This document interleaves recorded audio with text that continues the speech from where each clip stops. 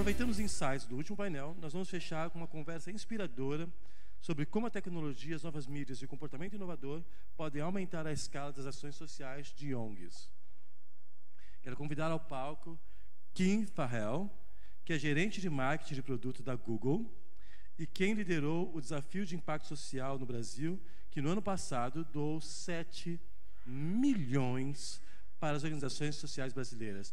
Uma salva de palmas para Kim.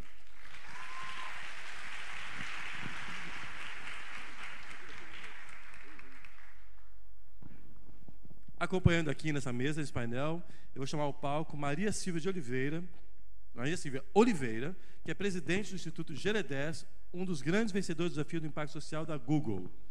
Uma salva de palmas para o GL10. Pode pedir, senhora, se vem cá, vem comigo aqui, Maria Silvia. Já sabe o que eu vou fazer? Não vou fazer. Você achou que ia comparar que eu sou mais alto, você é baixinho? Não. Você olha assim para o tamanho dessa mulher, você não tem ideia do que o GL10 faz no Brasil e agora indo para o internacional. Então bate palma de verdade, que elas são muito bem-vindas. Estou botando para quebrar. Conta para todo mundo por quê o banco é seu.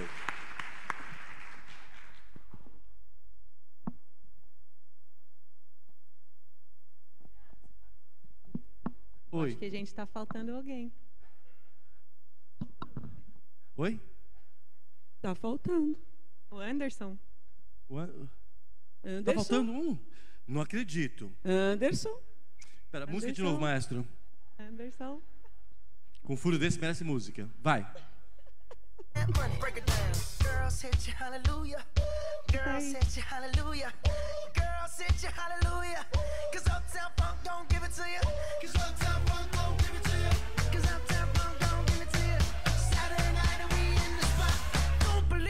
Para moderar essa conversa, chamo ao palco Anderson Giovanni da Silva, que é estudioso e ativista do investimento social comunitário. É um dos líderes da rede ibero-americana de fundações comunitárias, gerente executivo do ICOM, Instituto Comunitário Grande Florianópolis. Ele é diretor financeiro do Social Good Brasil. Ele deve estar com muito dinheiro. Vem para o palco, Anderson! Cadê tu? Sem graça.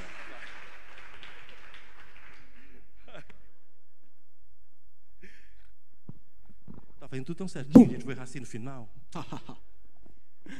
Boa tarde, pessoal. É um prazer estar aqui, obrigado. Nós chegamos no nosso último painel. E é uma alegria imensa estar aqui contando com dois expoentes que vêm de lados que colaboram pelo bem da nossa sociedade, né? O Luciano estava comentando sobre o movimento de finanças sociais e como é importante esse tipo de movimento no Brasil e o tamanho dele em comparação com o movimento filantrópico no sentido de investimento social, que é um compromisso com a transformação de determinadas situações que a gente tem no Brasil. E não são movimentos antagônicos, eles são complementares, são movimentos importantes. O movimento de filantropia, no sentido de compromisso com a mudança, ele é um movimento que mexe com outro tipo de capital, que é um capital humano, social, um capital de relacionamento. E é na construção desse relacionamento que a gente, como campo, como sociedade, cresce, se desenvolve. E no Brasil, nos últimos 20 anos, nós na sociedade civil, nas organizações da sociedade civil, nós meio que nos colocamos numa posição de organizações que prestam serviços de interesse público, serviços na comunidade.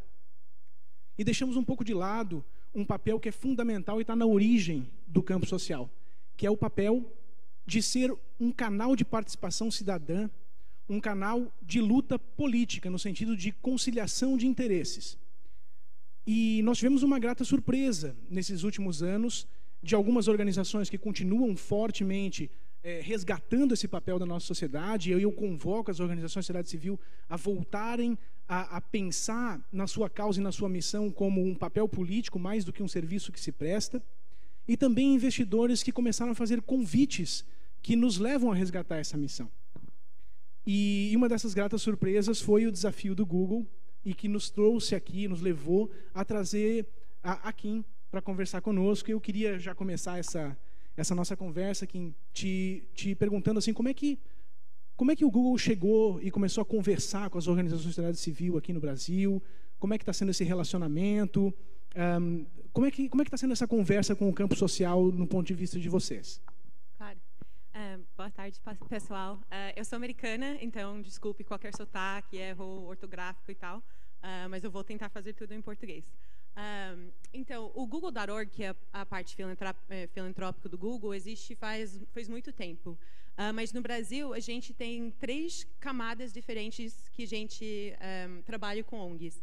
A primeira camada é a camada digital. A gente tem 2 programas globais que a gente trouxe aqui para o Brasil e que eu espero que todo mundo aqui que trabalha com programas sociais e ONGs e empresas sem fins lucrativos depois vai ir no site e inscrever. O primeiro é o Google Grants, que dá $10 mil por mês para uma ONG ou para uma empresa sem fins lucrativos para usar no Google AdWords. Então, para divulgar seu site, seu projeto, sua campanha. Então, esse é um recurso gratuito que qualquer empresa sem fins lucrativos pode se inscrever.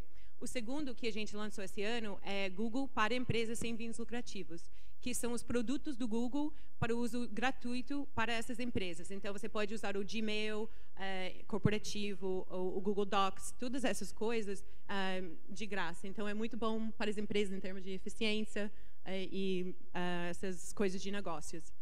Segunda camada são os Googlers, são a gente que trabalha lá.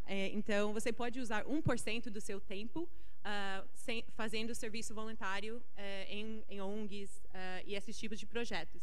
E cada ano a gente tem uma semana dedicada a esse serviço. Então, você pode sair do escritório com seu time inteiro e ir lá e treinar pessoas em como usar a internet, como usar o Google Grants, pintar uma parede, se você quiser. Então, tem vários projetos que a gente faz, que acontece todo ano. E, normalmente, assim, grande parte do escritório participa, tipo, mais de 70%. Então, é muito legal.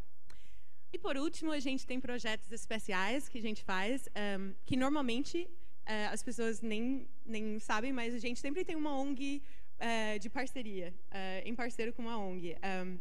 Queria trazer 2 exemplos que são muito interessantes. O primeiro era o YouTube Edu, que a gente usou... Então, a gente acha no Google que a gente faz uma coisa bom, que é tecnologia. Mas, normalmente, a gente precisa de uma ONG que tenha o expertise na área do projeto que a gente quer atuar.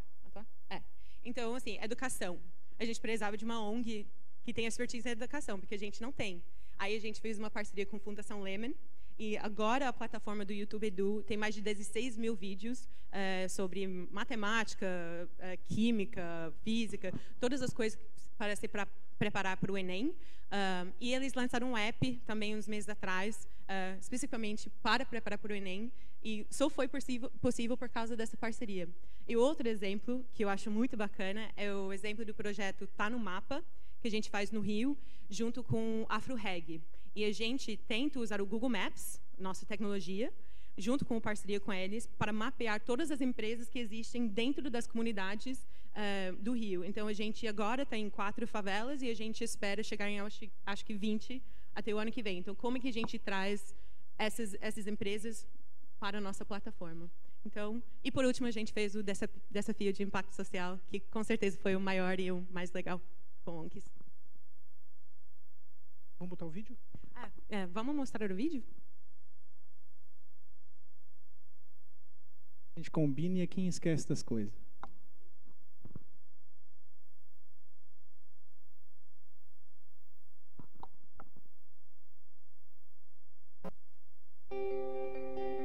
O seu clique tem o poder de mudar o mundo.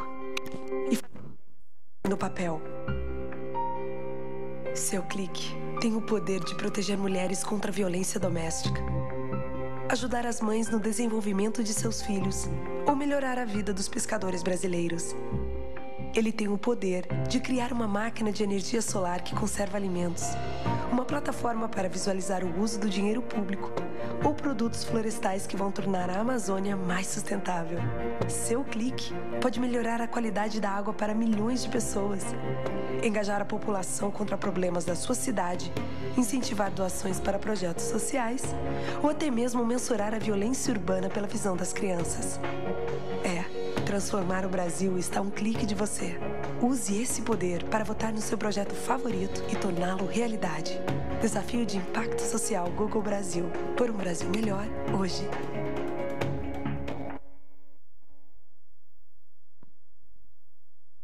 Aí já tem um outro na sequência, né? A cada 1h30, uma mulher é morta no Brasil. Uma sociedade só muda quando ela é capaz de reconhecer os problemas que ela tem e decide enfrentá-los.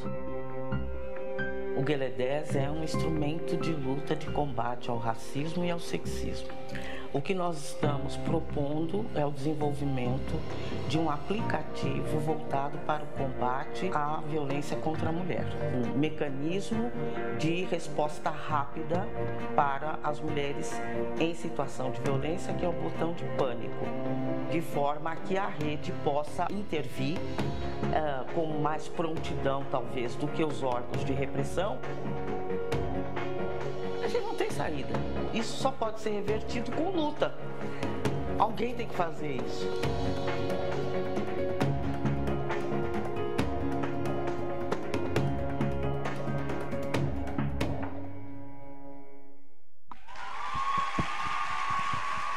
Alguém tem que fazer isso.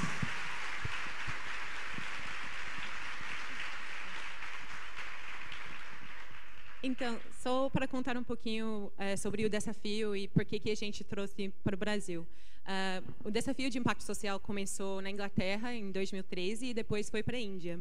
Aí, aqui no Brasil, a gente viu esses desafios e a gente pensou assim, nossa, a gente tem tantas ONGs no Brasil que tem tanta criatividade, inovação, paixão através dessas ideias e tem muita... como que a gente pode dar... A coisa mais legal do desafio é que não é um projeto do Google, que aí a gente paga uma ONG para fazer. A ideia vem da ONG. Então, era uma oportunidade de dar recurso, suporte de tecnologia, mas recursos financeiros, para os próprios ONGs e as próprias ideias delas. Então, essa era a primeira coisa que chamou muita atenção para a gente querer trazer para o Brasil. E o segundo era o tamanho do prêmio. Um desafio, com certeza, para muitas ONGs do Brasil é a oportunidade para a captação de recursos financeiros. E no Google, a gente fala muito de 10x thinking. Então, não pense num projeto que só vai melhorar um pouquinho uma situação, ou 2 vezes mais, ou 3 vezes mais. Como que você pode atingir 10 vezes mais pessoas, ou melhorar um sistema 10 vezes, fazer um sistema 10 vezes melhor. Então, se você tem um prêmio pequeno, talvez seu pensamento vai ser pequeno. Ou você tem uma ideia que precisa de R$1 milhão, mas você nunca consegue apresentá-la para uma empresa ou para um parceiro porque não existe essa plataforma. Então, a gente queria muito criar essa plataforma, dar esse espaço para as ONGs falar, não, nossa ideia é isso, nosso 10x é isso. Então, a gente convenceu o Google.org de vir para o Brasil e fazer o desafio aqui. E parabéns, viu?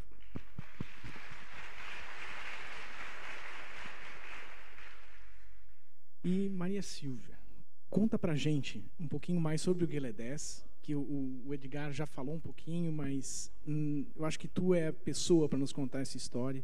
Eu queria que tu incluísse nessa história também, por que tu percebeu que essa proposta que o Google lançou era para o Guelé-10?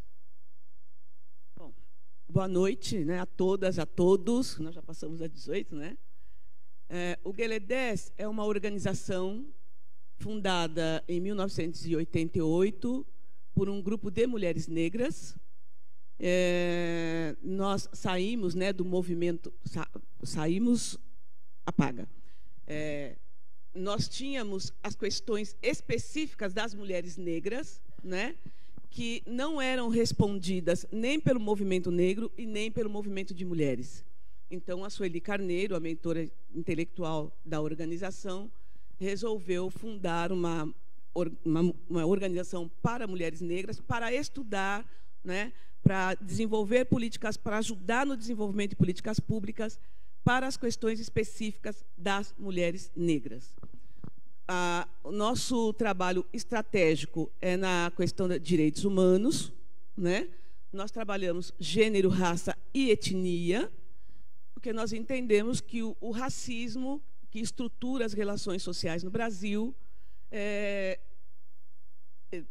precisa, né? Precisa ser combatido. É uma luta que nós temos contra o racismo, contra o machismo, contra o sexismo, lesbofobia e muitas outras coisas, né?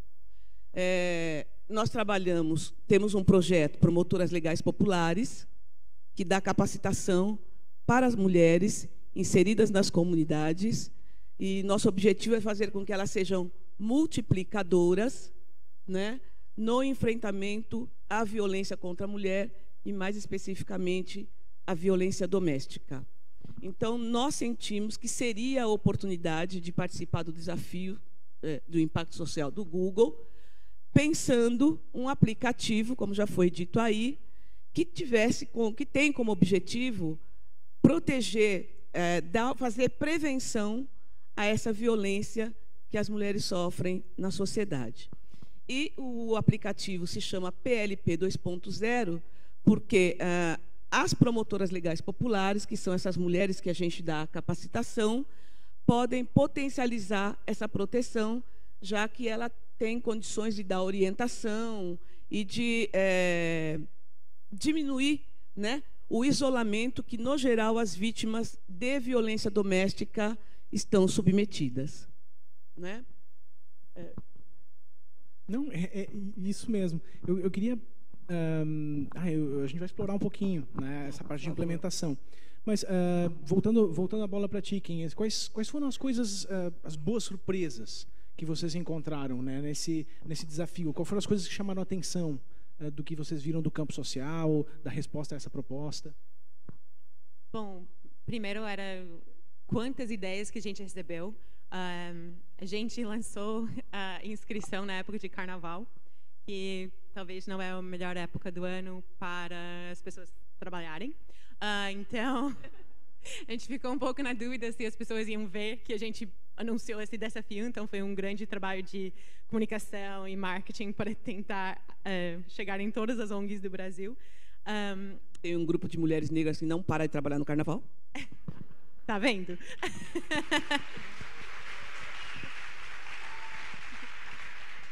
Vem a recompensa, né? E ela está aqui. Mas eu acho que era a diversidade nas ideias, tipo de ideias, e nas pessoas trazendo as ideias. Então, tinha pessoas que estavam mandando uma ideia que estavam naquela área faz 20 anos, e era tipo, a pessoa mais respeitada naquela área, tinha escrito livro, né? E aí você tinha um time de tipo, pessoas mais jovens que eu, né? Menos experientes. Não, mas tipo 20 e poucos anos, assim, tipo, que saíram da faculdade, tinham uma ideia e foi incrível, assim. Eu penso muito no meu Rio que ganhou também, tipo, a Alessandra, sensacional. Então, eu acho que foi a paixão dessas pessoas, a variedade nas ideias. E de onde veio. A gente fez muito esforço para tentar sair do eixo Rio-São Paulo, que acontece muito. Então, recebendo ideias que trataram de assuntos que a gente nem sabia que existia. Então, eu acho que foi isso. Que foi muito positivo.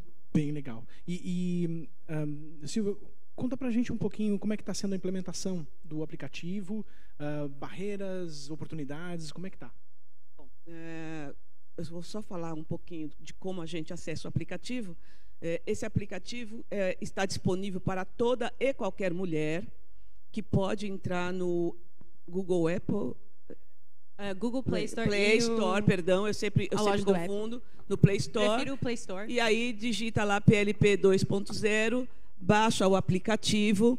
Nessa nossa primeira fase, você cadastra 3 pessoas de sua confiança no aplicativo, para, em algum caso de violência, de sequestro ou qualquer coisa desse tipo, você vai clicar 4 vezes o liga-desliga do celular. Esse celular vai mandar uma mensagem para as 3 pessoas que você cadastrou e, por conta do geoposicionamento, vai informar um local aproximado ou, né, dependendo do local exato de onde você está, e a sua rede de proteção vai poder mandar alguém para ver o que está acontecendo, chamar a polícia, ou vai te ligar para saber se você realmente está precisando de ajuda, alguma coisa assim.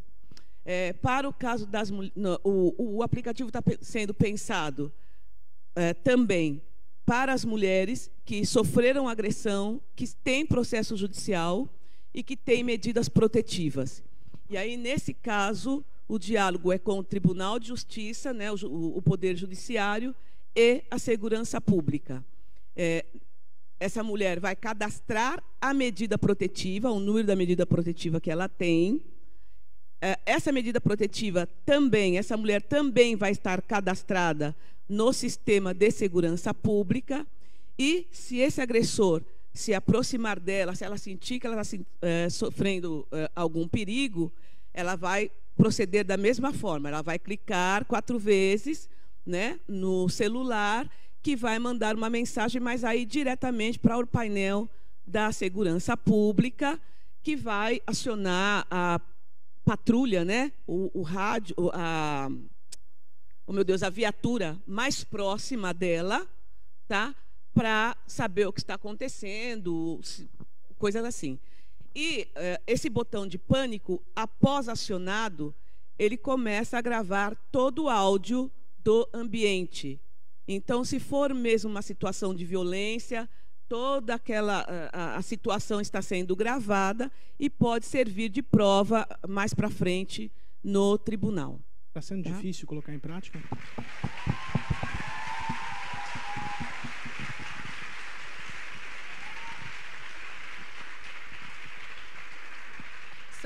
Só um ponto incrível desse app, assim, quando a gente leu a proposta, é que eles vieram com uma ideia pensando num público-alvo que era mulheres negras, mas o app é open source, então não é só para mulheres negras no Brasil, é para todas as mulheres no Brasil, todas as mulheres no mundo. Todo mundo pode pegar esse app, replicar e expandir, traduzir para outras línguas. Eu testei com ela, é sensacional. Então, acho que é incrível mesmo, incrível.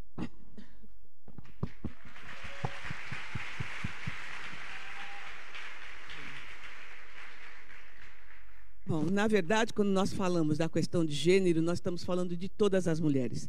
Mas nós sabemos que o racismo e o machismo, eles estruturam a sociedade que nós vivemos. Então, na segunda-feira passada mesmo, foi lançado um mapa de violência de 2015 e o resultado é que, em 10 anos, a violência contra as mulheres negras, e principalmente o homicídio, subiu 19,7% ou 5 ou 7%, enquanto, em relação às mulheres brancas, esse índice caiu, tá? Para coisa de 12% ou 11%, se não me engano, porque eu não...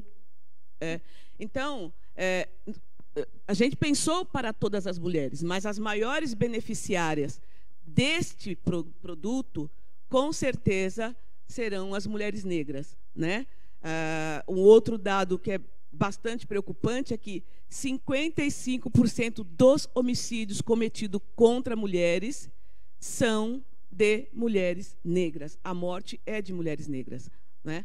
Por isso que nós entendemos que o acerto do GLE-10 em pensar esse dispositivo de prevenção contra a violência doméstica. Muito bem, obrigado, Silvia. Obrigado.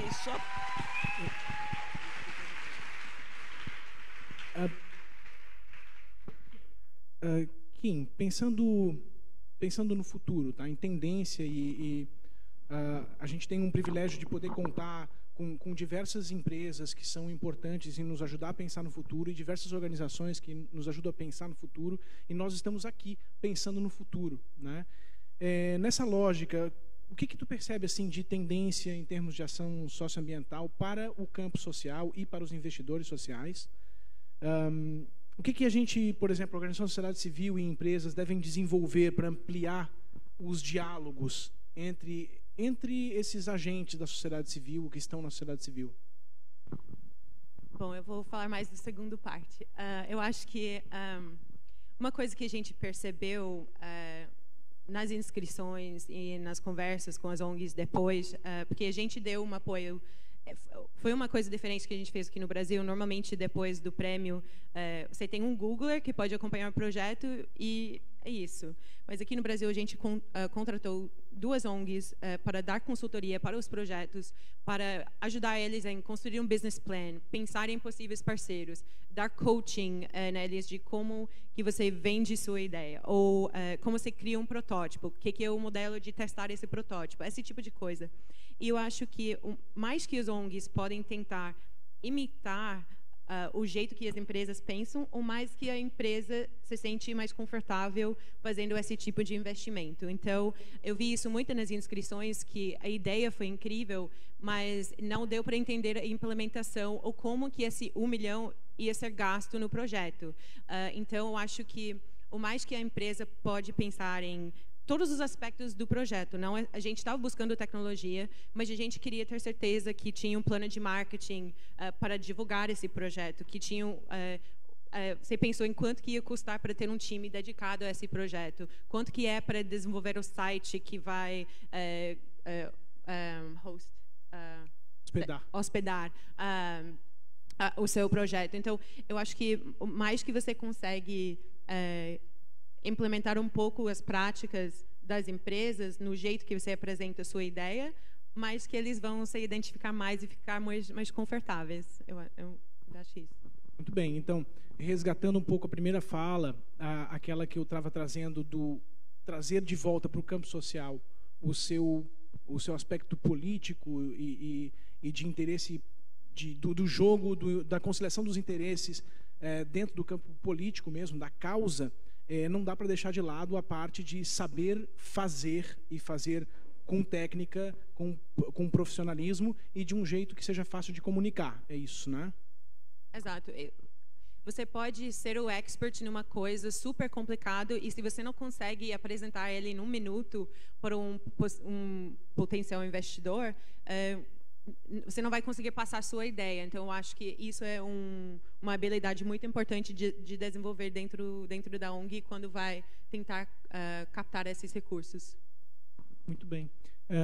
Silvia, para ti, assim, também pensando um pouco no futuro, tendências, o que tu acha que nós precisamos, como sociedade, desenvolver para ampliar esse diálogo e para a gente ter mais escala nas coisas que a gente faz? Bom, deixa eu só fazer uma lembrança aqui, porque o nosso grande parceiro nesse projeto, né, a organização, é a Temis, Gênero e Justiça, né?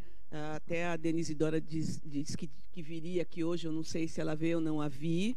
E a empresa que desenvolveu o aplicativo é a Believe, e a pessoa que pensou isso, o técnico, né, é o Daniel Dora. Eu não posso esquecer de lembrar isso, né? E dizer também que o projeto piloto está acontecendo no Rio Grande, em Porto Alegre, no bairro Restinga. Bom,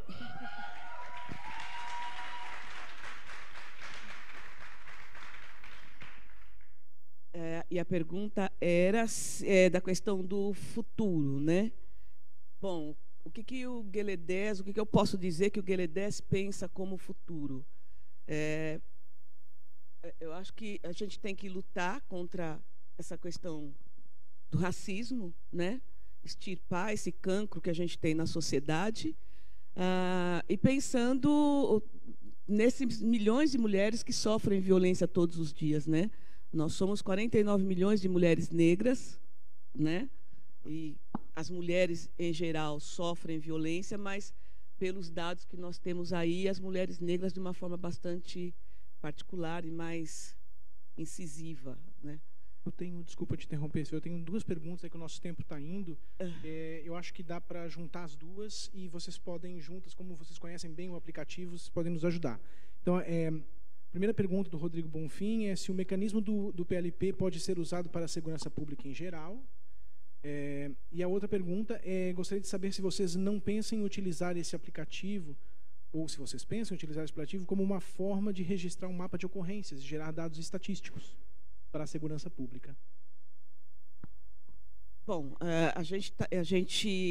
o primeiro diálogo com a Justiça foi bastante exitoso, porque no Sul já existe o termo de cooperação técnica, né, com o Tribunal de Justiça, já existe a conversa também com a Secretaria de Segurança Pública, e agora eles estão tentando fazer a interface do dispositivo, do aplicativo, com o sistema de informática, né, vamos dizer assim, eu não sou muito boa nessa área de tecnologia, da Secretaria Pública com o Tribunal de Justiça, para que o aplicativo aconteça de uma forma bastante, né, exitosa. Tá? A outra pergunta... Não, eu acho que está ok. Temos 1 minuto, dá 30 segundos cada, e tu tens uma mensagem para passar sobre o dia 18. Tá. Bom, nós, mulheres negras, nós estamos marchando para Brasília agora no dia 18 de novembro, contra o racismo, contra a violência e pelo bem viver, porque, como eu já falei, é uma parcela da população que está sofrendo mais incisivamente a questão da violência contra a mulher. E antes de passar para ti,